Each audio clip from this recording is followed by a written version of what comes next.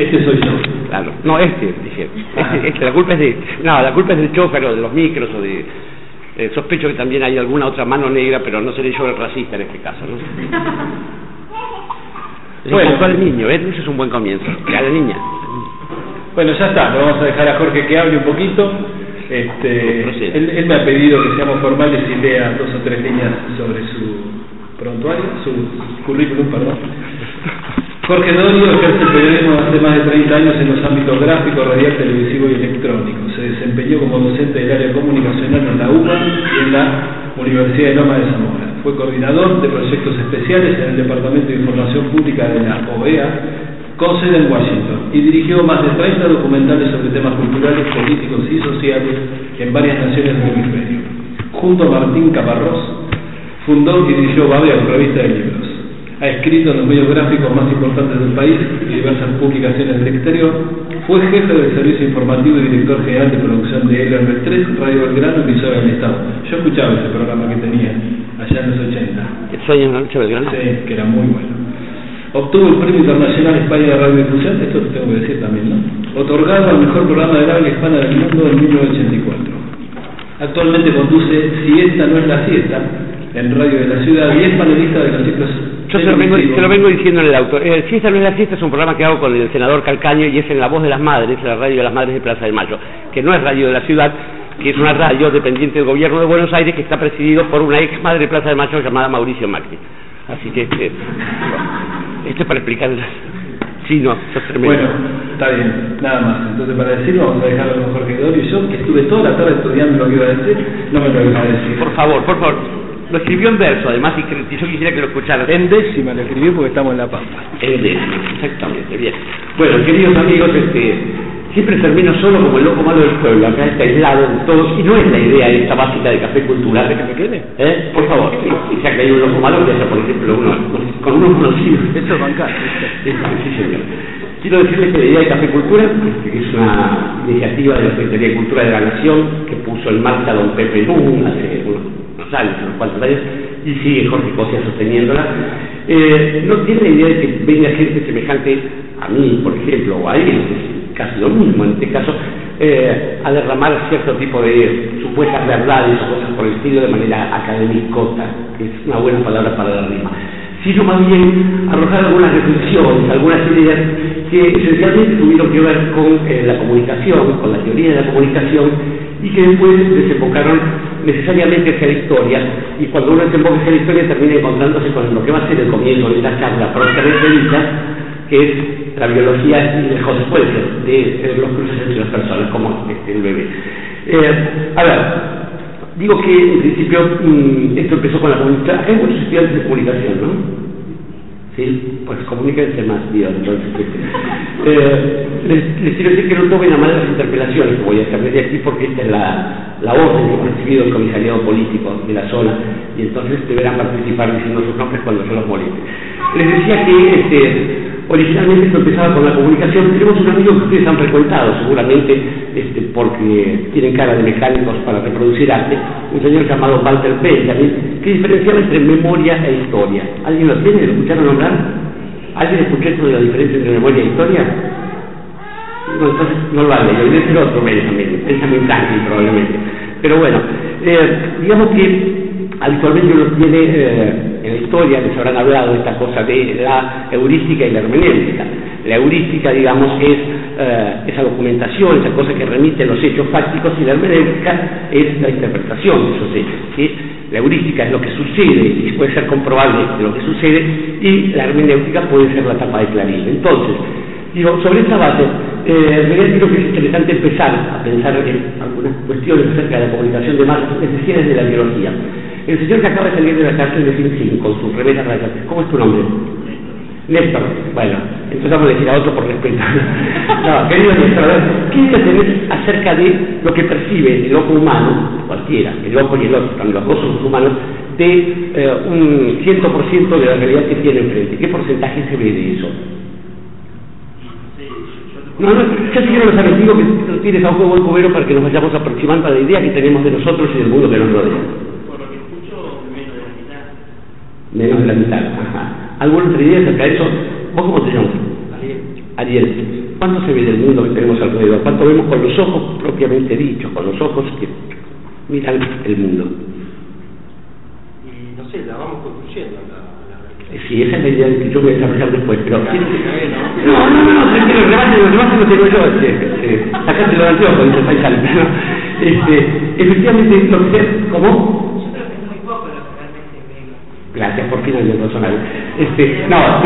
Lo que se percibe directamente en términos materiales, comprobables, es un 30%, en este sentido. A ver, cuando, por ejemplo, Ariel se enfrenta a una cantidad de formas, de colores, de texturas, de combinación de esas cosas y de movimientos, desde esa percepción, del 30%, hasta la expresión de Ariel diciendo, mira qué buena está esa mina, hay una construcción, en realidad, que demuestra al principio que los ojos no son una cámara de filmar, sino que son apenas un conducto para registrar algo de la realidad, y el otro 70% está elaborado por aquellas cosas que sabíamos desde antes. En general, lo que percibimos es algo que ya sabemos, ¿sí? Es algo que ya conocemos, y conocemos a tal punto bien que estamos convencidos de que eso es no solamente la realidad, sino de manera preperonista para la ciencia, la única verdad. Entonces digo que hay que poner una cuestión bastante desagradable a la hora de ir pensando en las cosas que la ciencia nos va explicando. Hubo un experimento en la Universidad de Harvard hace unos 30 y pico de años, más o menos, que lo pueden buscar después en internet si quieren divertirse con pavadas de gringos, pero que consistía en un video de más o menos 50 segundos en el que se enfrentaban dos equipos de básquetbol, uno vestido de blanco y otro vestido de negro. ¿Lo viste? No. Pensé que era un sentimiento, quizás me estaba sacando a bailar. Entonces se les pedía a los asistentes a cada una de las reuniones que contaran la cantidad de pases de pelota que se hacía el equipo blanco. A los 30 segundos del video aparecía un estudiante más de los que estaban colaborando ahí, vestido de mono, disfrazado de mono, se paraba frente a la cámara, saludaba y cruzaba el cuadro y seguía de largo. Al cabo de los 50 segundos del video se le preguntaba a los asistentes qué habían visto, dos equipos, cuántos pases, 33, 35, 28, ¿qué más vieron? Y el 85% respondía que no había visto nada raro. Si les preguntaban por un mono, además se reían y decían que no había visto nada de eso. Inmediatamente se les pasaba el video de nuevo y la reacción del total, salvo de los 10-15% que se callaba prudentemente la boca. Ustedes saben lo que pasa cuando uno en una sociedad ve lo que los demás no ven, recibe el 22% de aval. Entonces digo, ese 85% sostenía, pero a rajatabla, que en realidad les había pasado otro video. Este asunto de la percepción, de la conciencia de la percepción y de la certeza respecto de nuestras capacidades es quizás una de las bases que pocas veces se tienen en cuenta a la hora de pensar cómo ha ido funcionando el fenómeno de la comunicación aquí en la patria. Pero quiero ir un poco más adelante. Hay otras cuestiones que desarrollaron estos tipos, que se llaman Christopher Chavis y Daniel Simons, que pasan por cuestiones que ustedes seguramente habrán escuchado mencionar alguna vez. Seguramente han escuchado, y no como broma de una novia malintencionada, esto de que se puede aprender durmiendo, ¿no? Se ponen auriculares, gente que estudia idiomas, es más, siguen vendiendo estos cursos. Bueno, esto es una reverenda estupidez y una gran mentira que ha generado millones de dólares. Otra cosa que circuló a través de una nota que salió en los diarios hace cerca de medio siglo ya, es el efecto de la publicidad subliminal.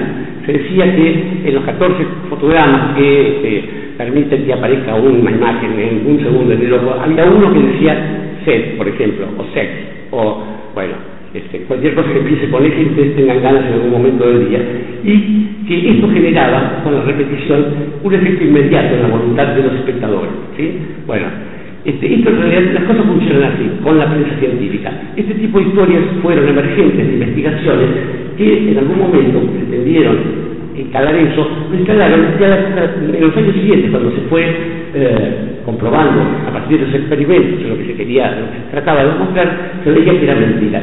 Lo que sucede, queridos amigos, es que muchas veces lo que registramos del conocimiento de nuestra época, y yo estoy de acuerdo con el niño Jones, es solamente el comienzo de una investigación y no el resultado final, ¿sí? Quiero contarles, solo para ir redondeando este asunto, que el experimento que hicieron Chavis y Simons tiene un título que nos remite al próximo paso de esta charla que estamos teniendo, y creo que es elocuente. El gorila invisible, sí. A veces los gorilas se los puede ver, pero a ellos no les hace falta. Quiero decir que las demostraciones académicas que quedan fijadas en el imaginario de una comunidad tienen que ver también con la forma en que esa comunidad se va repitiendo cosas, y sobre el final vamos a hablar de un amigo alemán que supo tener una novia judía en la época nazi, cosa que no deben hacer en sus casas, que era Martin Heidegger. Y digo, para ir desembocando en los medios primero, a ver, voy a tratar de dar el panorama de la comunicación de masas con un pequeño cuento moral, que algunos de ustedes seguramente conocen, un cuento paradójico y una maldición china. El cuento moral tengo para mí que el joven de Buenos Rombo, que hasta ahora entendió todos los chistes. ¿Cómo es tu nombre? Juan Pablo, ¿ves? Digo, nada menos que Juan Pablo seguro que lo conocen, porque estoy hablando de un señor petizón, retacón, de anteojos, gordito, muy malintencionado, que se llamaba Tomás, laburaba de cura y se recibió de santo al cabo de los años, ¿no? Se dice que Santo Tomás de Aquino en su momento iba recorriendo los monasterios de Italia e iba diciendo, un mensaje bastante molesto, por cierto, para nosotros los curas de esa época, que éramos corruptos, entregados a la disolución, que no creíamos siquiera en Dios. Digo, es extraña la forma en que una institución puede no progresar en tantos siglos, ¿no? Como la Iglesia Católica. Si no se levantó ley, vamos bastante bien hasta ahora. Digo que Santo Tomás iba por los monasterios diciéndole a los monjes que debían recuperar la palabra del Cristo y recuperar el verdadero sentimiento de la religión. Esto cae mal si uno es espectador de un monasterio donde estas cosas no se hacen. Se dice que llegado que fue Santo Tomás a este monasterio, el prior en un momento del almuerzo, con el refectorio lleno de gente, se asomó a una ventana y dijo: hermanos, hay un cerdo volando alrededor del monasterio. Santo Tomás arrojó los cubiertos, fue corriendo a la ventana, y ¿qué pasó? Estallaron las risas de todos, del gordo infeliz que estaba mirando ahí. Cuando se callaron las risas, Santo Tomás nos miró y les dijo: me pareció más verosímil, me pareció más creíble ver a un cerdo volando que a un monje mintiendo.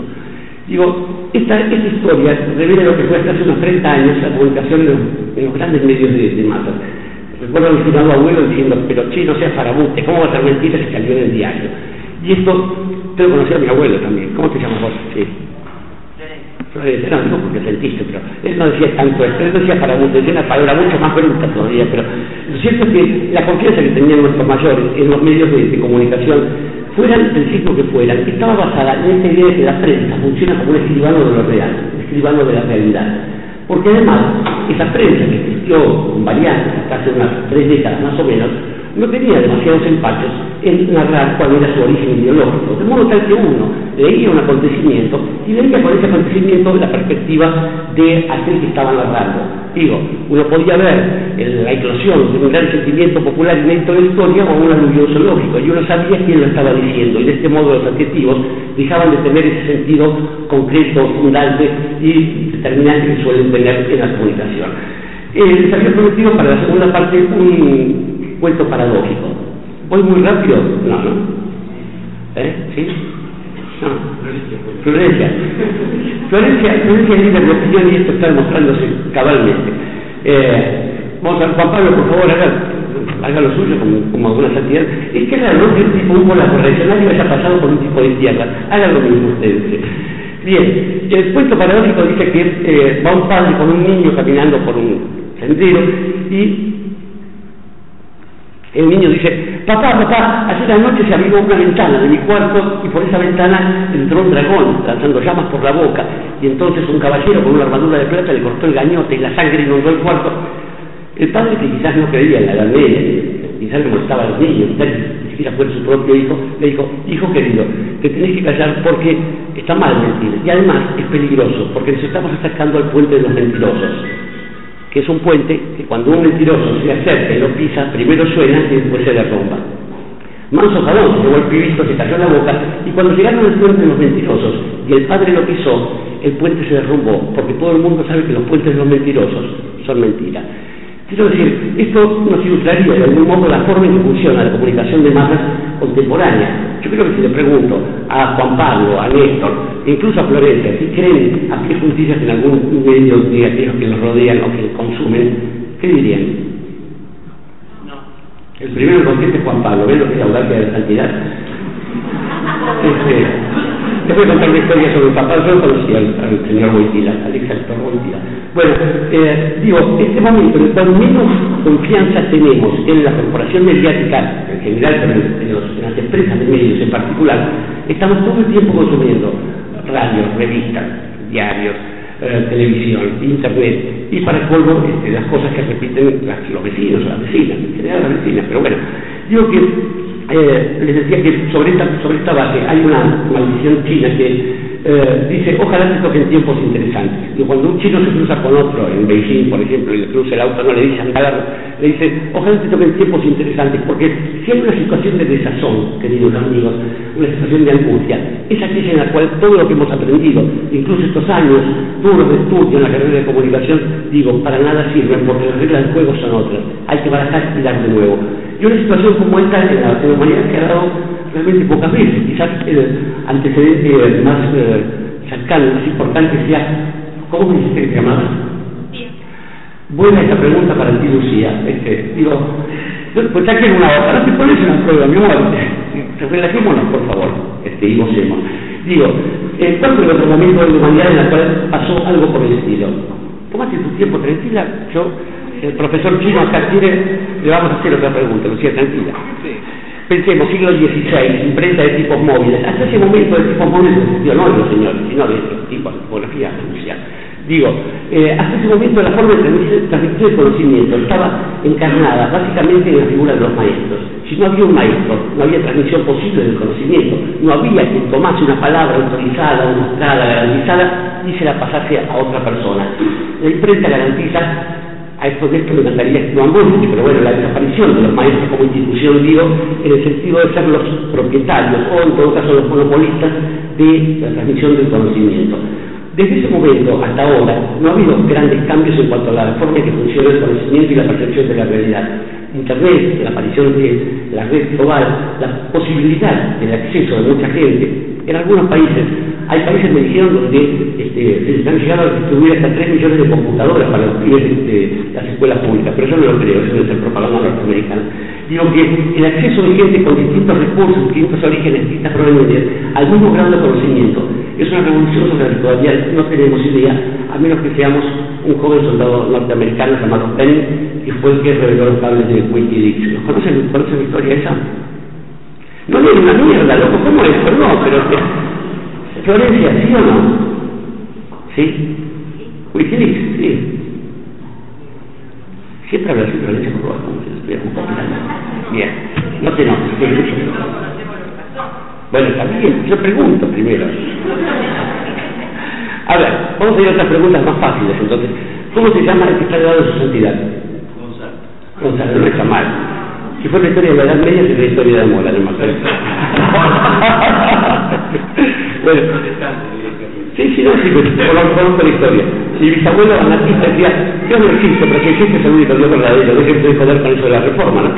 Querido Gonzalo, ¿de qué nacionalidad sos? Si me permitís una pregunta ahora sí. Bien. La mayoría estamos acá, que lo somos, supongo. ¿De dónde viene esta palabra? Quiero decirles esto, a ver, hemos cuestionado, hemos intentado salir armando estas cosas y que Luciano me mire como si estuviese explicando la cosa de adenina, timina, citosina y guanina, que son las bases, etc. Digo, hemos primero visto de qué forma tomamos actualmente la percepción de la realidad, de qué manera estamos convencidos de que vemos, de que los ojos son una cámara, cuando los ojos son simplemente un filtro, y de qué forma queremos reconocer aquello que es, cuando en realidad reconocemos aquello que sabemos de antemano, ¿sí? Quiero ir ahora a la forma en que se construyen las identidades, porque justamente desde esa subjetividad que vamos a poder procesar esa realidad. Todo esto me conduce a volver al protestante cuestionar y quemaremos rápidamente la hoguera si no nos dice de dónde viene el origen de la palabra que da nombre a este país. Sí, que sabe, aquí desde la cosa de la plata y la gente dice... ¿Ves cómo son? Por eso están metidos que no hacía el matrimonio entre los sacerdotes, toda esa porquería. Bueno, a ver, ¿cómo te llamas vos? Y aquí está atrás de Carlos. Siempre que miro a una mujer me pasa lo mismo, el tipo que está en la... Querida Sabrina, vos entusiastamente de soplaste a Gonzalo. ¿De dónde viene esto? Para Argento, sí, Argento, plata, etc. Pero, ¿por qué un país se llama por el nombre de un mineral, de un metal que existe en Potosí, allá en el norte, ¿no? Como su nombre lo indica. ¿Por qué será? Pensemos un poco, Sabrina, no sea flaca usted, no haga lo mismo que Gonzalo. A ver, la que está al lado de usted... Porque me imagino que sería la salida a Buenos Aires de todo ese... ¿De Buenos Aires es decir plata? No, la salida de que ahí se iba a encontrar más metal. Ay, gracias. ¿Cómo te llamas? Nancy, gracias, Nancy. Efectivamente, La Plata no es nombrada, La Plata Ciudad de Barcelona, no digo, La Plata en general, no es nombrado desde su origen, sino desde una vía de salida hacia el exterior, que es, como Nancy nos explicó recién, el Río de la Plata. Este país nace nombrado por la ciudad que le va a poner la vida al resto de su historia. Mi amigo y ex condiscípulo Juan Bautista Alberti decía: flaco negocio hemos hecho si abandonamos la tutela del español para ganar la tutela del porteño. Hay muchos porteños, además de mí acá, no. Entonces voy a volver al federal, que es lo que los porteños cuando están en minoría, para después seleccionar los federales. Pero lo que digo es que, cada vez que uno piensa en Argentina, la piensa desde lugares que son esencialmente porteños. Yo prefiero entender lo que recuerdan mis alumnos, después de muchos años de dar clases, de dar semiótica, teoría de la comunicación, son los chistes que dije a lo largo del año. Porque ustedes bien sabrán que en esa carrera se aprueban las materias y después uno se vuelve periodista, que es casi lo contrario del saber. Y digo, hay algunos chistes que son fuera de broma ahora muy emblemáticos de esto. Uno dice que un rabino llega a Santiago del Estero y cuando se baja de la estación Tintina, digamos, con su caftán, su gorro, qué sé yo, y los niños van corriendo a su alrededor mirándolo por cerca de mí, el rabino se vuelve y dice: ¿qué les pasa? ¿Nunca vieron un porteño? Digo, del mismo modo, hay algunas mitologías en las provincias. En Corrientes se repite aquello de Florencia: si la Argentina entra en guerra, Corrientes la va a ayudar. Bien, digo, esto que pueden ser cosas humorísticas. A mí me gusta más uno de un señor llamado Chiapoli, que es un italiano, pero que decía: los argentinos somos un pueblo extraordinario, ¿por qué caso no seremos un pueblo normal? Pero digo, la cuestión básicamente tiene que ver con la constitución de un imaginario nacional, de un imaginario de pertenencia para cada uno de nosotros, que está marcado o por confusiones, o por omisiones, o simplemente por estados. Pero lo decía Gonzalo hasta ahora, Nancy salvó la ropa, Sabrina también. No sé si molestar, está con mucha gente, es grandote, que tiene cara de malo. Entonces, no sé si molestarte de vuelta. ¿Cómo te llamas vos? No, grandote el que te cuida de adelante, el que hace mismo que decir que está fenómeno, loco, claro. Juan, es genial. Si vos te llamás Magdalena me voy, te juro. María. No. Ah, mira, zafamos. Hemos llegado a la modernidad, finalmente. Gracias, María. Johannes, a ver, ¿vos también sos del mismo país que Gonzalo? Bien. ¿Cómo es el himno de tu país? ¿Sabés? ¿Lo sabés? Digo, te pregunto. Te pido que lo cantes. No. Bueno, ¿cómo empieza? Inmortal, de Seguito. ¿Qué tipo? Mariela, ¿estás? Es que está bien, porque Teresa por lo menos es bonita, en cambio el grandote acá. No, digo, chicos, a ver, en serio. Florencia, ayúdame vos.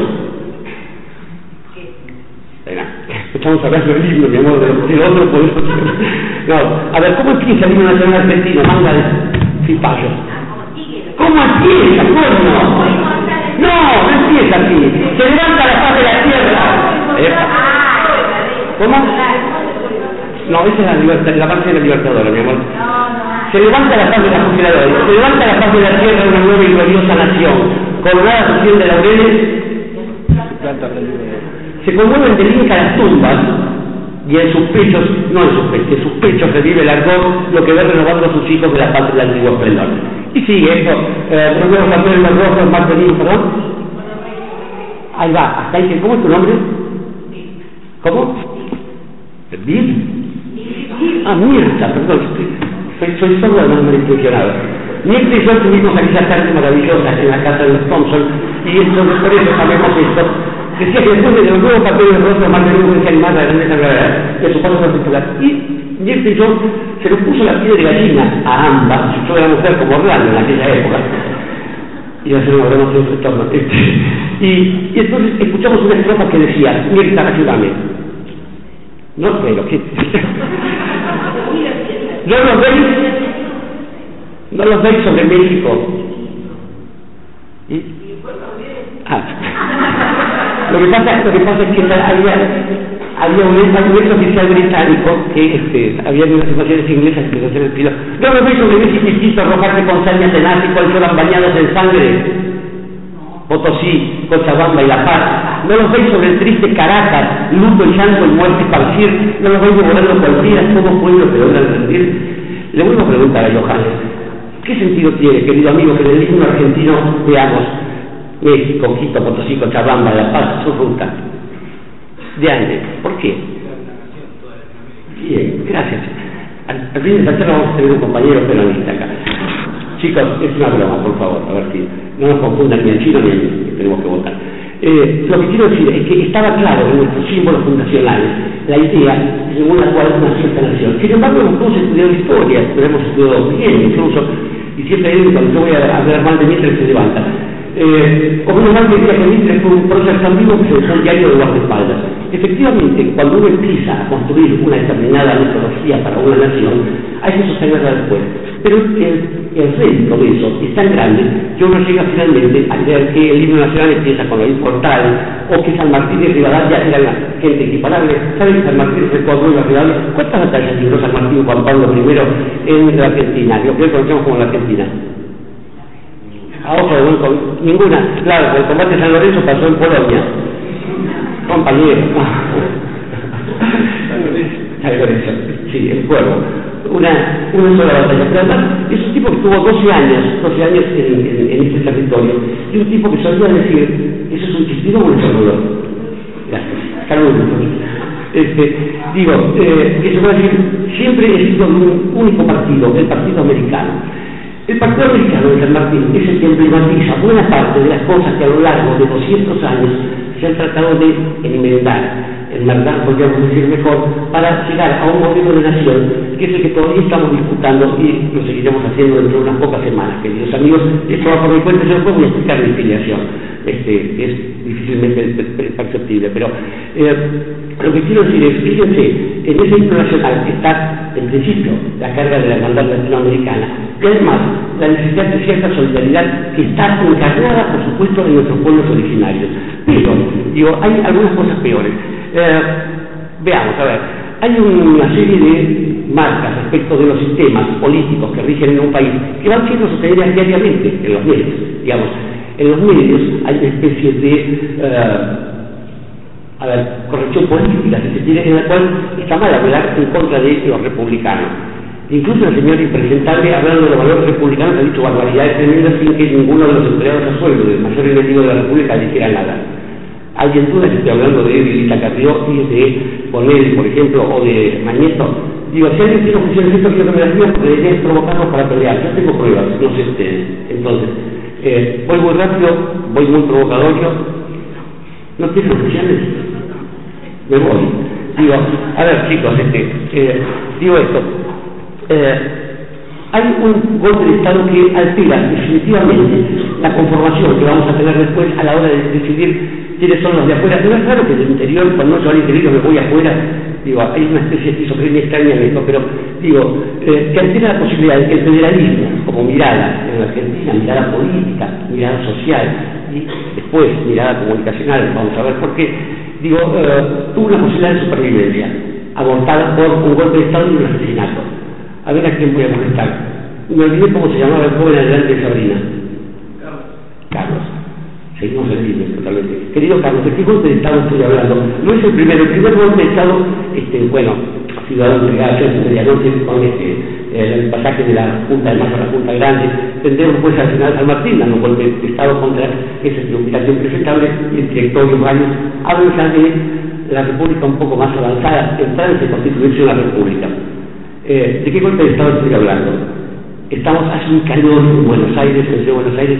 Buenos Aires huele a podrido porque es una ciudad en la cual estos pagos se llevan animales y se los carnean a la puerta de las casas.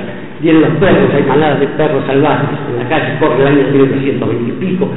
Es una ciudad bastante impensable para pensar en la gran metrópolis que está hoy allí, ¿no? Andrés Malraux solía decir que Buenos Aires era la capital de un imperio que nunca existió. A mí me gusta jactar de ser ciudadano de una ciudad que parece la capital de un imperio y no precisa joderle la vida a nadie. Pero estamos retrocediendo en el tiempo preguntándole a Carlos cuál es el golpe de Estado este. Si Carlos no contesta, lo puede hablar. ¿Cómo se llama la de amarillo? Mostaza. ¿Cómo? Marianela, una novela de Pérez Galdós. ¿Han leído esa novela? ¿No? Una novela de Marianela, la idea es una chica que cuidaba un ciego y él tenía un perro. Si yo le digo que se llama el perro, Nancy sos tremenda. Bueno, que lo diga Nancy, pero no diga que diga el nombre, así nos quitamos encima la vergüenza de una vez. ¿Cómo se llamaba el perro, Nancy? Bien. A mí, ¿cómo? Yo le estoy tratando bien, ¿se dan cuenta? Podría haberle puesto pines porque yo estuviera participando. Bueno, volvemos estamos viendo el golpe de Estado. El mes de diciembre de 1828 hay un gobernador electo en Buenos Aires que se llama por Gonzalo, Manuel Dorrego. El partido que representa a Manuel Dorrego y que no es narrado tampoco en los textos y que no aparece en ninguna de las genealogías que tratan nuestros prestigiosos periódicos es el Partido Popular. El partido enemigo de ese partido, ¿saben cómo se llama? Partido del Orden. Desembocarán, no es casual, desembocarán uno en el federalismo, el otro en el unitarismo, y así, pero no voy a agregar nada más por ahora. ¿Quién da el golpe de Estado de Roca Manuel Dorrego, querido Gonzalo? Juan Galo Lavalle, espada sin cabeza, un rubiecito afrancesado, con unos daños muy grandes, un hombre muy valiente y sin la menor conciencia, ni de política ni de patria. El 1 de diciembre derrota al gobierno de Dorrego y se lo lleva prisionero a Dorrego cuando lo capturan unos días después, hasta que llegue el día de Santa Lucía. ¿Hay alguna chica religiosa que sepa que es el día de Santa Lucía? Qué grande, yo nací al lado de Santa Lucía, fuimos a la iglesia de Santa Lucía. Solo hasta los 11 años fui presente y todo. Bien, entonces chicos, digamos, 13 de diciembre de 1828, a la mañana recibe Juan Galo Lavalle dos cartas. Una dice: querido general, hemos cabalgado juntos por la libertad de las Américas. Cada gota de sangre nativa que se puede ahorrar es un paso adelante hacia la libertad. La firma José de San Martín. La otra carta que recibe Juan Galo Lavalle dice: general, fusílelo al Alfredo. Después veremos qué instrumentos jurídicos ponemos en marcha para justificar esto. Y recuerden que en tiempos en que la patria debe presidir del corazón. ¿Quién firma esto? ¿Santiago? ¿Sí? ¿Santiago? No. Salvador María del Carril.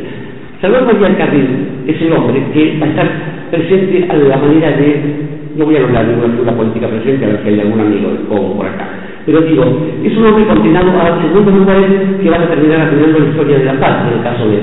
Él es el que está en la fórmula de Justo José de Urquiza, y es una de las pocas veces, después un poco intrusos en la historia, porque esto yo sé que les puede interesar.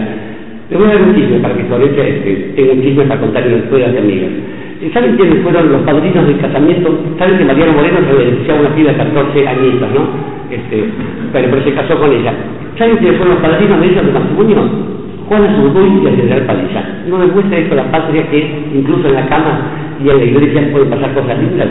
Bueno, digo, Urquiza y el Salvador María de la Cruz van a ser la única fórmula presidencial que tenga hijos en el primer gobierno, no entre sí, está claro, sino cada uno con su esposa. En el caso de Justo José Ortiz es un varón, en el caso de Salvador María de la Cruz es una nena.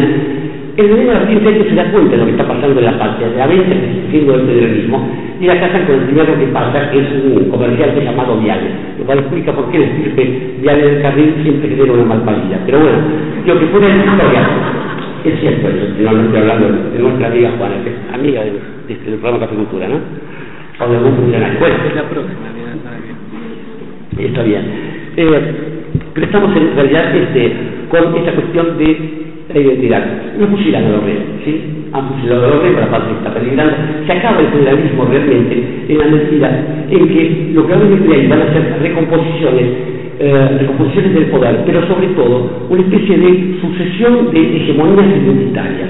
Para decirlo en castellano, a veces estamos los blancos, a veces los menos blancos, volvemos a aquellos que creemos que no sienten una nación con raíces indígenas ni latinoamericanistas, y por un ratito volvemos a aquellos que decimos esta es una nación americana plenamente, es una nación antiimperialista, y de golpe nos golpean aquellos que dicen nuestra historia debe ser contada como la liberación de los nexos con España y la concreción de los nexos con Inglaterra.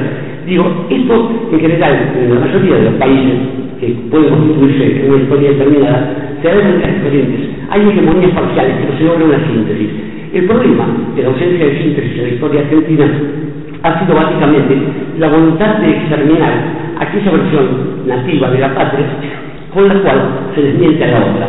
Esto es, hay veces que la información que los compañeros periodistas o comunicadores pueden funcionar en términos de oposición, de confrontación. Otras veces, una determinada versión que funcione como mito de origen anula toda posibilidad de que la versión contraria funcione. ¿Se entiende lo que digo? Esto es, si nosotros entendemos la patria nacida en 1810, pero previamente en 1806 y 1807 con las invasiones inglesas. Si entendemos que el plan de operaciones de Mariano Moreno y los periódicos de la época, que no fueron censurados todavía, propendían a una nación donde negros y indios fueran ciudadanos de primera, con los mismos derechos, si entendemos que el legado de Artigas es el mismo de Moreno y es el mismo de San Martín, si entendemos que San Martín no liberó a Chile y a Perú, que hubo un ejército americanista con bandera chilena que le fue robado en la mitad de sus hombres a Buenos Aires, la ciudad que se oponía a la lucha por la integración americana, y bajo bandera chilena se cruzó los Andes y se llegó al Perú. Si empezamos a entender que esta historia es un poco distinta, quizás vamos a entender por qué cuando votamos tenemos más responsabilidades de las que creemos. Pero vamos a volver por un minuto, a cierta potenciación de la historia. Tengo algunas citas por aquí, citas que, bueno, dependerá de las líneas, las que quieran tomar nota. A ver, teníamos citas, acá está. ¿Conocen a Michael Sturmer? No, bueno, es un alemán que hay que frecuentar a veces porque no lo conoce nadie y ha dicho cosas que son impresentables. En un país, el futuro le pertenece a que llene el recuerdo, acuñe los conceptos rectores y básicamente explique el pasado. ¿Sí? Repito, el futuro le pertenece a que llene el recuerdo, acuñe los conceptos rectores y básicamente explique el pasado. Tenemos a otro alemán, esta es una charla llena de alemanes, como ustedes entenderán. Carl Schmitt da una definición que es interesante. Dice, la sustancia de la política consiste en la distinción amigo-enemigo, y esa pelea es a muerte. Y finalmente tenemos a Renan, un señor que no es Sergio, sino que Renan es un filósofo, que va a leer mucho Sarmiento, junto con otro filósofo llamado Gobineau, que van a ser el sustento del pensamiento político de Sarmiento, y que van a aplicar en toda su concepción mediática de la difusión de la historia.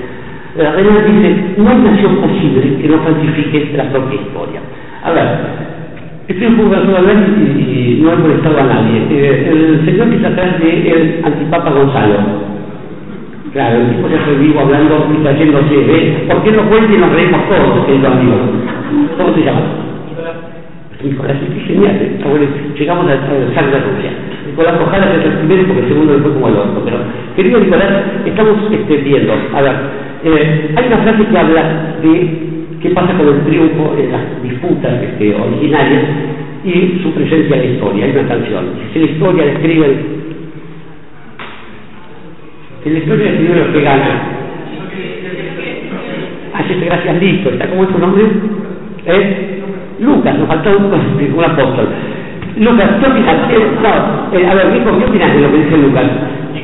Nico se está tratando de ganar. ¿Cómo te llamas vos? Nico, ¿hay algo entre Nico y vos? Bueno, o sea que hay algo, ¿bien o no? Siempre cuando uno lleva algo adentro se le nota.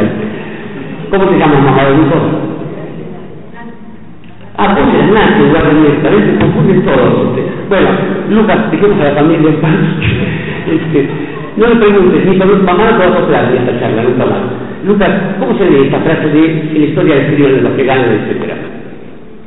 Como la oportunidad de escribir el discurso fundacional del mito. O sea, la manipulación prepotente sería de los hechos. Trae una vuelta de tuerca más, que quiero que seguimos. A ver, digamos, si tomamos como principio rector del relato histórico esa cosa que narra los que triunfaron, ¿sí? ¿Cuánto llevo de charla, Chino? Ya estamos en la parte que la gente empieza a caer como moscas por falta de atención. Vamos hablando. Digo, si tenemos esta versión que explica el mito fundacional, como bien decía Lucas, vamos a ver que el presente que deriva de aquello, el presente que establezca línea conductora con aquello, es un presente natural. Hay una naturalidad del presente histórico. Y esa naturalidad se tiene que ver no solamente en la continuidad, digamos, a ver, Mayo Casello, por ejemplo, para no ser tan equivocada, San Martín Rosa Perón, que tiene un hueco ahí en el medio que no tiene nada que ver, pero en todo caso esas líneas lo que tratan de establecer es una relación entre el pasado fundacional, entre la verdadera patria, el origen, aquel que nadie puede negar, y un presente que vendría a ser natural, que vendría a tener la naturalidad de la consecuencia lógica si las cosas hubieran sido como Dios manda. Esto es cuando yo me apropio del mito de origen de una nación, entonces estoy ganando la mitad de la batalla para narrar el presente, porque las cosas que diga van a coincidir con aquellas cosas que nos dieron origen, ¿sí? Esto es, allí cuando Nico no quiera pagar una deuda, Nancy le va a decir, nosotros siempre pagamos las deudas. cuando Nico irá a decir, otra vez estos negros de mierda, Nancy le va a decir, bueno, somos parte de esa comunidad, o a la inversa, quiero decir, ¿no? Porque no siempre las madres son violentas de sus hijos. Entonces, digo, a ver, muchachos, una vez que está constituido todo esto, vamos a entender qué pasa, vamos a pasar un poco a ir avanzando más rápido. Yo en realidad he gastado tanto, si no hablo 3 horas seguidas no me voy a sentir conforme, pero va a faltar solo media hora o 50 minutos más y se lo bancan. Digo, vamos un poco a la comunicación, a la comunicación de masas contemporáneas. Tenemos, a ver, yo dije, vamos a hacer un repaso de todo lo que vimos hasta aquí. Vimos primero cuestiones de la percepción, errores de la percepción, imaginaciones de la percepción. Darwin decía que siempre es más rentable ser estúpido, porque un estúpido vive más cómodo y está más conforme consigo mismo. Entonces, y lo decía Darwin, que era británico y un poco navegante. Digo que vimos eso primero de la percepción, después vimos la forma en que la identidad de una comunidad se va forjando en base a trampas a veces y en base a mitos fundacionales, otros, y en base a cuestiones que arreglan mucho más adentro. Vamos a meternos en camisa de 11 varas ahora para recordar la Argentina del centenario, del primer centenario, la Argentina de 1910, en que era presidente. ¿No te acordás? ¿No lo votaste? Era el presidente José Miguel Alberto, un tipo con tanta suerte, siendo vicepresidente en Mendoza, tiembla en las camas. El tipo se le muere el presidente. El tipo asume la presidencia y se le mueren los 2 punteros más importantes que había ahí, dando vueltas que eran Carlos Pellegrini y Bartolomé Mitre. El tipo se frota las manos y dice, macho, por fin un imbécil puede llegar a ser jefe de gobierno, estoy usando el otro, por fin un imbécil puede llegar a la primera magistratura y presidir ese momento decisivo de la historia de uno de los países más ricos del mundo, dice llenándose la boca, que ya estaba bastante llena de basura, José Figueroa Alcorta, e invita al infante Isabel de Borbón, y ahí tiene el problema por el cual le venden a González ese himno. Había que tener un himno que no ofendiera a los españoles, había que tener un himno que no alentara a los inmigrantes de alrededor a venirse para acá, que éramos tan buenos, tan lindos, tan parecidos y tan civilizados. Y en el medio de todo esto, además del festejo de Figueroa Alcorta, del ascensor que la gorda que el infante Isabel regala para la casa de gobierno, había huelga general a razón de 5 huelgas generales sin pausa durante todo el año de 1910, había condenas a muerte, había conspiraciones que se fraguaban en cada esquina allí donde había un dirigente sindical, y había una xenofobia que no solamente marcaba a nuestros hermanos de países vecinos, sino cualquier monochazo, incluso algunos como el senador Gerardo Morales, que se ve que es rubio, pero digo, esto es otra cosa, es un comentario mío. Digo que además estaba ya la xenofobia creada contra aquellos sectores sociales que todavía eran conflictivos. En Argentina, queridos amigos, hemos construido una nación, una mitología de nación, en la cual sí incorporamos aquello que ya logramos exterminar, ¿sí? Digamos, los españoles, los estamos encima que están, porque no somos descendientes de la base, los indios se conmueven de cinta las tumbas, jajaja. Digo, los gauchos empezaron a ser emblema de la patria, empezaron a ser representantes de la historia y lo mejor de la patria, una vez que nos quedaba iba a decir un puto gaucho, pero no era solamente los gauchos homosexuales, nosotros también, no quedaba un solo gaucho correteando en la pampa y haciendo, por ejemplo, de su economía de supervivencia una forma de vida. Porque todo esto era necesario que fuera cambiado. Para cambiarlo hacían falta gobiernos que funcionasen en consecuencia. 1962-1968, ¿no está? ¿No te acordás que fuimos a festejar ahí? 62 al 68. El tipo, vos gritabas, ¡ay, qué guapo que estaba Bartolomé, qué guapo que estaba Bartolomé! ¿Quién era? Y viste, ¿por qué no me contestan? Y justo, bueno, entonces te quería hablar. Yo vine acá para eso. Digamos que las guerras en la patria han sido narradas en los periódicos de una manera tan repugnantemente canallesca que es, digo, solo para que el ciclo no se nos duerme y los sindicalistas no le peguen después, voy a hablar de los comentarios de los diarios que explican por qué cuando la Argentina, la Confederación Argentina, logra que Urquiza tenga un gesto noble finalmente. Urquiza era el brazo armado de Rosas, vamos. El brazo armado más cercano policial era Cuitiño. Cuitiño tenía un asistente que se llamaba, ¿saben cómo? Leandro Alem. Lo ahorcaron después de Caseros y el hijo se cambió de apellido, se puso Alem, y él se formó con el padre y después fundó la Unión Cívica Radical. Si bien lo que hicieron con ella, se ahorcaría igual que el padre. Pero bueno, digamos que en todo caso, después después del racismo, digamos, Urquiza es la promesa de los gauchos federales para volver a recuperar ese espíritu. Porque Roosevelt, a quien nosotros, la gente del Movimiento Nacional, reivindicamos como defensor de la soberanía, también es el tipo que se permitió crear, espero que no haya algún lugar terrateniente, una flor, nuestro presidente hasta ahora está escuchando un boludo, pero digo, fue el creador de la oligarquía terrateniente de la provincia de Buenos Aires, con todas las lacras que eso supone, y él mismo nos confesó cuando vino con Mirta Southampton, caso final de su vida, de la de Rosa.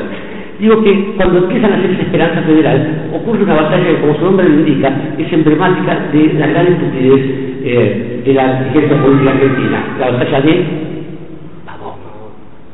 Pavón. Digo, esta batalla enfrenta a Mitre por las fuerzas porteñas y a Urquiza por las otras. La superioridad de Urquiza en términos numéricos es importante, en términos militares es enormemente importante, y en términos de coraje no les quiero contar. Se enfrentan los dos grupos y a la media hora del combate las fuerzas de Mitre están prácticamente derrotadas y Urquiza tiene todavía un batallón de los 800 paisanos entrerrianos a caballo que están frescos y no han participado en la batalla. Y de golpe se escucha una trompeta que yo no voy a reproducir para ahorrar tiempo, que toca retirada. Se va Urquiza, queda la batalla y la patria misma en manos de Mitre. Y Mitre, que mal de los peces, era un hombre realmente brillante a la hora de conspirar y a la hora de hacer cosas, ¿sabe qué hizo Mitre como escritor? Aparte de escribir la historia argentina y esto. Tradujo el Dante en verso, tradujo la Divina Comedia en verso. Alguna vez le preguntó a Wilde, ¿qué opina de mi traducción, doctor? Y Wilde le dijo, me parece muy bien, mi general, hay que joderlos esos gringos. Pero bueno, este hombre empieza a narrar esta historia que empieza así, 1862-1868, probablemente, a ciudad de nuestra, 1868-1874. Ahí empezó a bien. Sí. Decir, tira la fuerte, Gonzalo.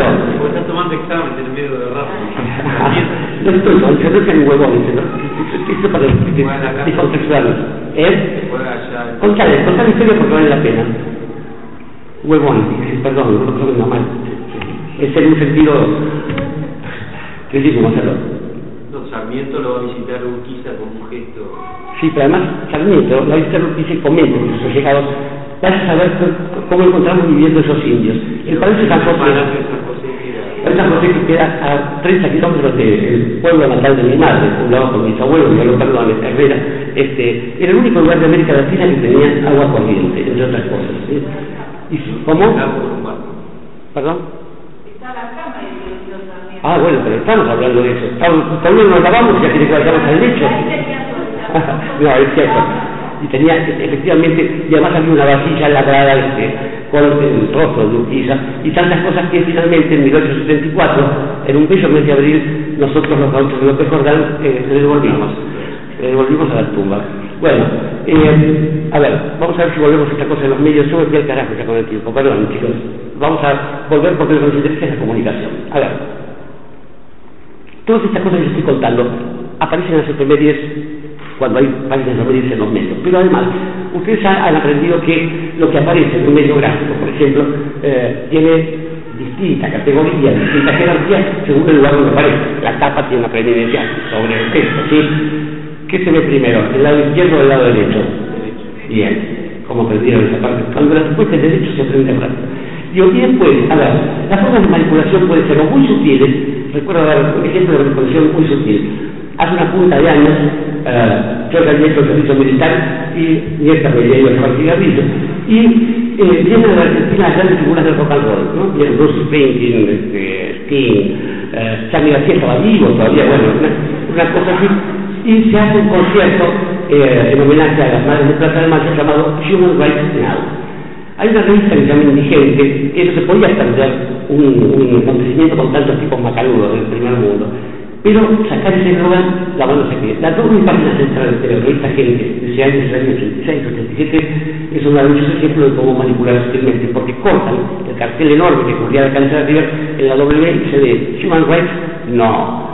Esto digo, solo me interesa a un semiólogo, o a un psicótico, o a un estúpido como yo, pero digo, hay formas de manipulación de la prensa que son mucho más eficaces, efectivas y directas. Hay un país tan largo, que las cosas pueden pasar en Chile, se llama, que tuvo hasta 1973 un gobierno, un gobierno civil, presidido por un médico llamado Salvador Allende, que era el fruto del acuerdo de la unidad popular, que inició una política económica y que en algún momento decidió poner racionamiento a los alimentos. Hay un diario, que es en chileno, Clarice dice el Mercurio, ¿no? Y bueno, este diario, una tarde saca un titular que dice: se acabó el azúcar. Yo le pregunto a Nancy, a Mirta, a cualquier madre como nosotras, digo, si leemos en el Mercurio o en Clarín, se acabó el azúcar, ¿qué hacemos? Gracias. Sí, los varones siempre responden mal, no sé por qué nos pasa eso. Yo también dije cualquier cosa, pero se sale a comprar azúcar. Claramente ahora, el rastrero titular del Mercurio que decía: se acabó el azúcar, era verdad, ¿sí?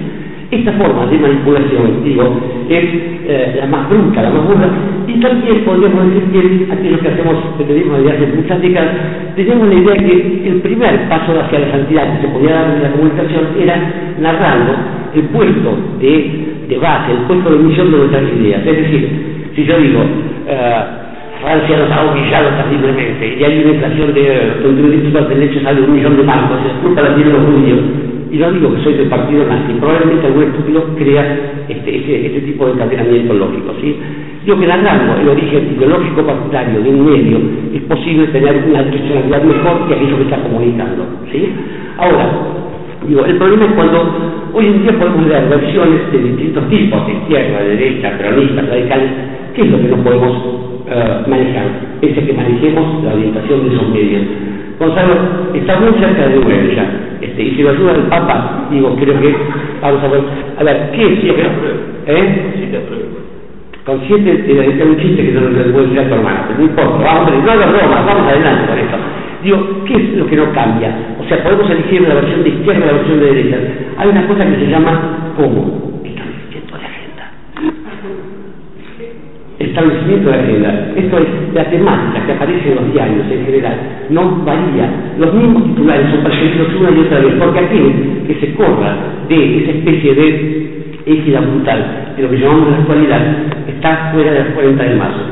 Esto tiene que ver con nuestra estupidez. Pero, digo, a ver, quisiera someternos a una pequeña... Hay alguien, siempre en un auditorio argentino hay alguien de ancestros árabes. ¿Hay alguien de origen árabe por aquí? ¿Cómo te llamas? Araceli. ¿Cómo? Araceli, querida. Bueno, hemos pasado hace poco el Ramadán. Estamos a la ¿Perdón? Que acá está la JU. ¿Está la? La JU, el apellido la JU.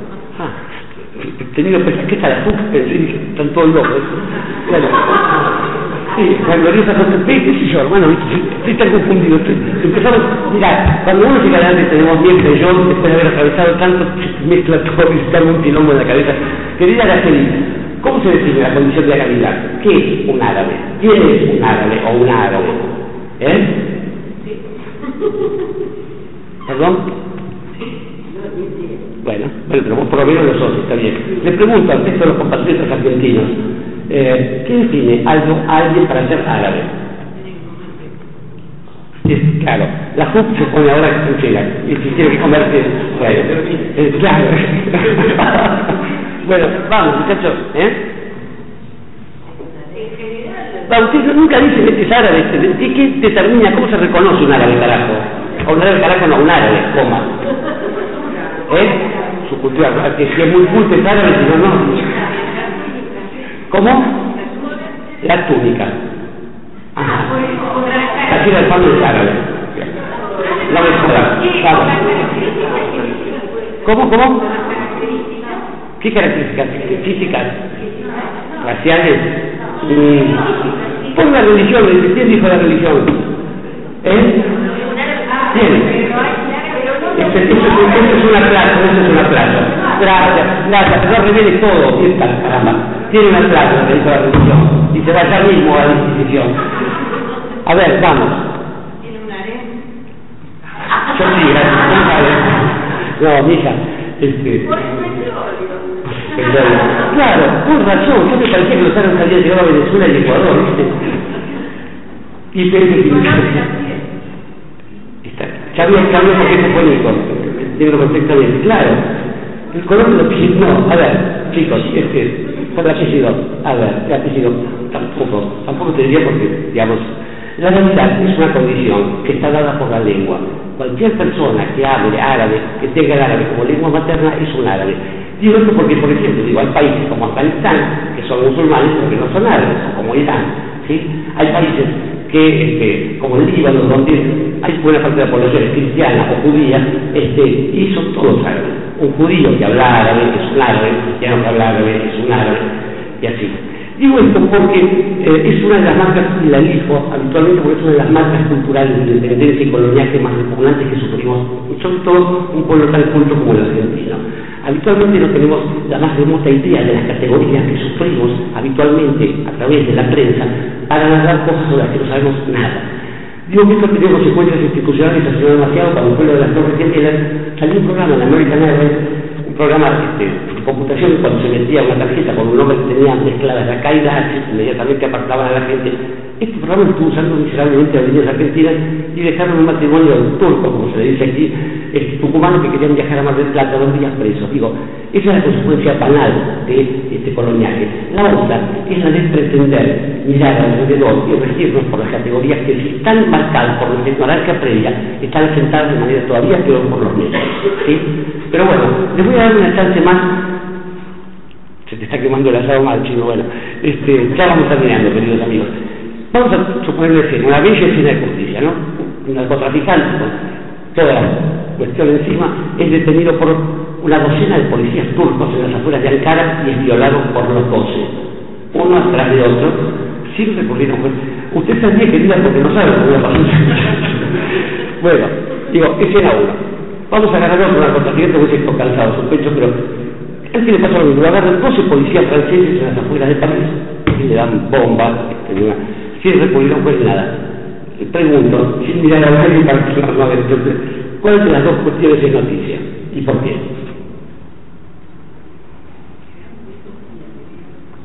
Háblenme fuerte porque lo acaban de violar al tipo, la policía está festejando y yo lo escucho. No, la noticia es que fue violado. Sí, corazón, pero ¿cuál de las dos noticias? ¿Que fue violado por los policías turcos o el narco que fue violado por los policías franceses en Francia? Por los franceses. Hay algunos que prefieren no. Depende si una persona.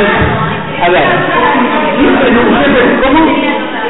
Los narcos no tienen nacionalidad, como vos bien sabés, esta querida. A ver, Lucas es un solo que está quedando de risa de todos nosotros porque dice, claro, siempre que hay esta cuestión de dos versiones, hay algunos que dicen la francesa y otro en la turca, pero te conozco. Muchachos, bueno, hicimos el grosero. Vamos a ver, sustento para cada una de las tesis. Sí, la mamá de Nico.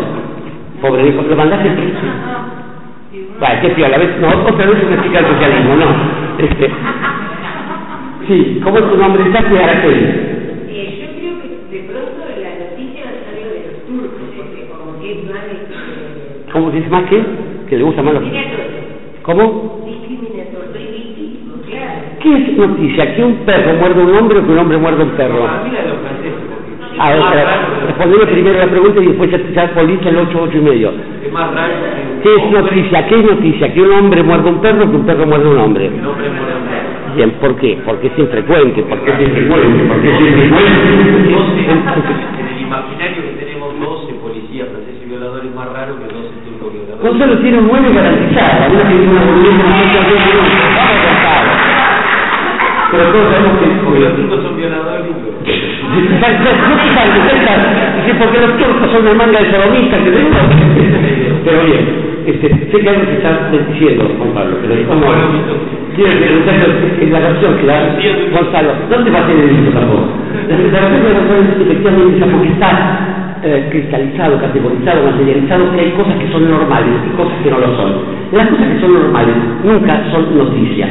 Que se muera el 500 fulanos en un naufragio en Bangladesh no es noticia, porque hasta 120 nos chupan un huevo los bangladeshanos que se mueran.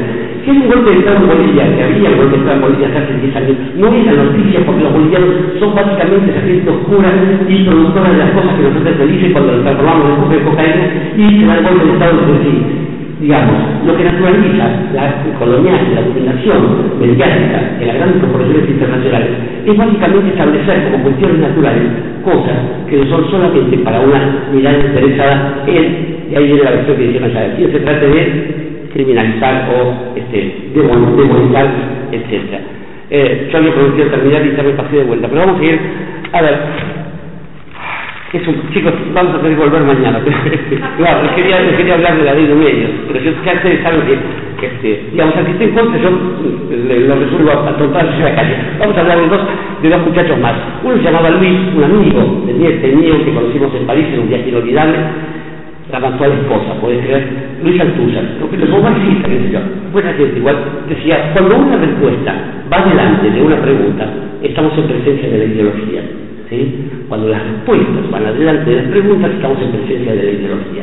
Ahora bien, digo, si esta ideología está definida en términos de un rasgo que permita comprensión del asunto, vaya en paz. Si esta ideología está definida en términos de los aparatos de dominación, estamos creados porque siempre la respuesta va delante de las preguntas y vamos a acostumbrarnos a escuchar respuestas y creer que después estamos haciendo preguntas, ¿sí? Vamos a dejarlo a Luis Althusser matando a su mujer, siendo no condenado porque estaban los policías ocupados violando un turno largo, y vamos a ir a otro muchacho que nombramos al comienzo. Juan Pablo tiene un chiste sobre la persona de un escritor, pero no lo voy a decir todavía, a menos que me digas quién es el filósofo alemán que yo nombré al comienzo de esta charla hace como 6 horas. Puede tener contenido. Muy bien. La verdad, mira, acá está lo mejor, el resto es la manzana podrida de la clase. Martin Heidegger era un señor ciertamente brillante, ciertamente esforzado y trabajador. Vayamos a ver por qué se volvió nadie es perfecto, ¿no? Salía con una chica judía, que si se levantara de la tumba agarraría a una mujer nacida en el Chaco y la perseguiría a cuchillar, porque Ana Arendt no soportaría que hicieran esas cosas en su nombre. Pero bueno, voy a terminar esta charla hablando de Martin Heidegger.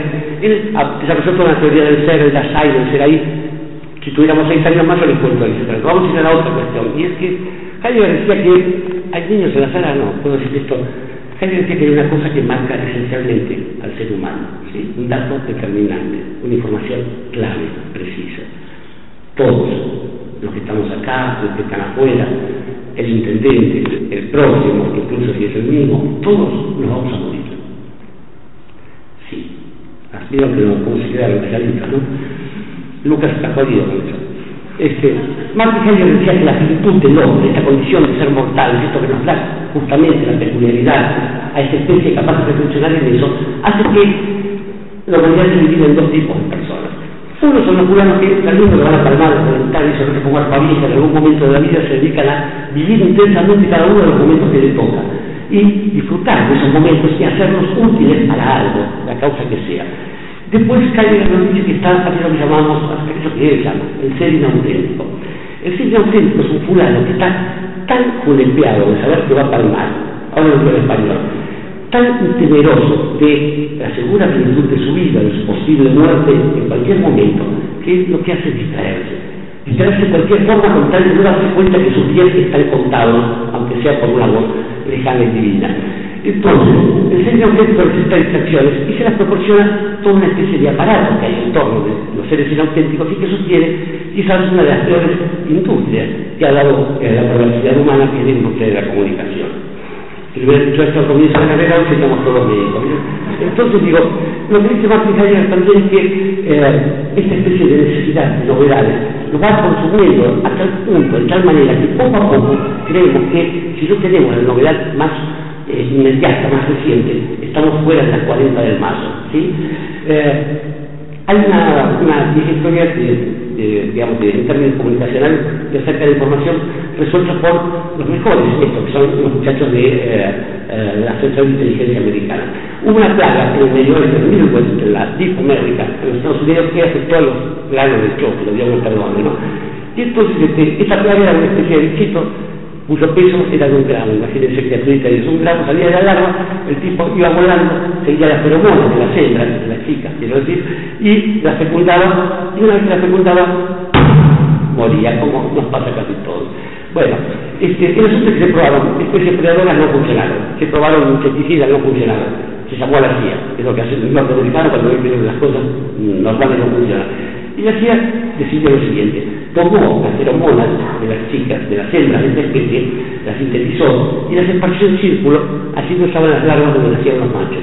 Los machos salían de la larva con su grano de energía vital para fecundar y empezaban a girar en círculos, y cuando se les acababa el grano de vida, caían y se reventaban sin siquiera gozar un ratito como alguno de nosotros.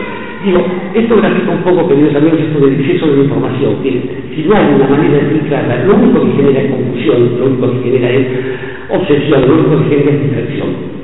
Pero Heidegger nos decía que el ser auténtico además se mueve guiado por cosas que emblematizan quizás lo peor de la condición humana y que tiene que ver con, él decía, el diálogo entre el chisme y la publicidad. La publicidad vamos a dejarla de lado porque está auspiciando en este momento.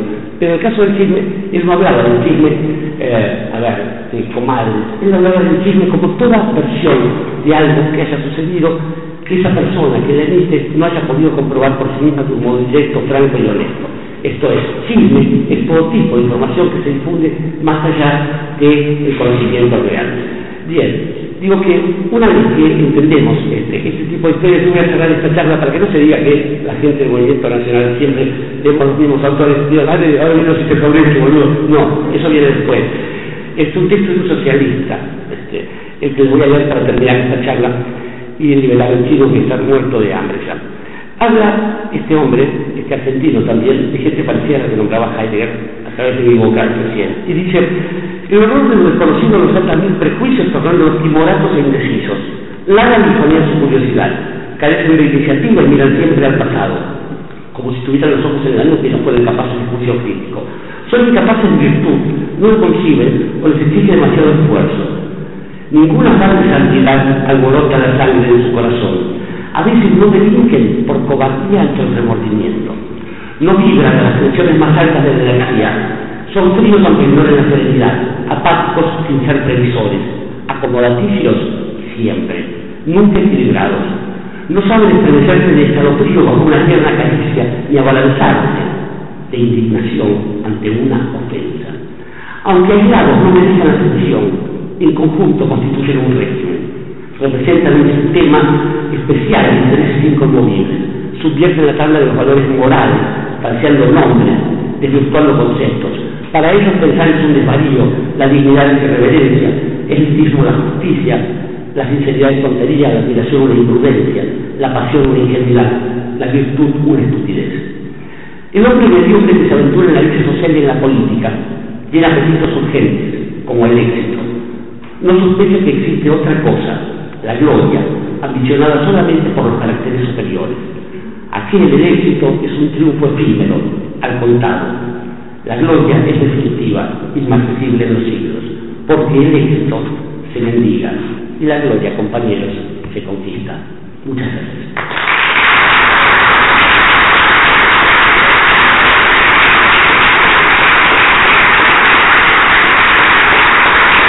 Muchas gracias. Me prometí un chiste del Papa acá, es una anécdota en realidad, ¿no? Resulta que, a ver, nos ubicamos, mientras cuando viajamos a Polonia, cuando habían matado a toda la caballería con la carga Panzer, era noviembre de 1939, si no me equivoco. Muy bien, en 1939 viene un joven oficial de la Wehrmacht, un oficial nazi, caminando, y por la misma calle vienen 3 polacos, todos agachan la cabeza y uno no. Cuando se cruzan con el nazi, y vos, polaco, ¿por qué no agachás la cabeza? El tipo dice: pues yo agacho la cabeza solamente ante Dios. Y el nazi que saca su pistola Walter, la apoya en la sien del polaco, y en eso se abren los cielos y una voz estentórica dice: ¡no! ¡No mates a ese hombre!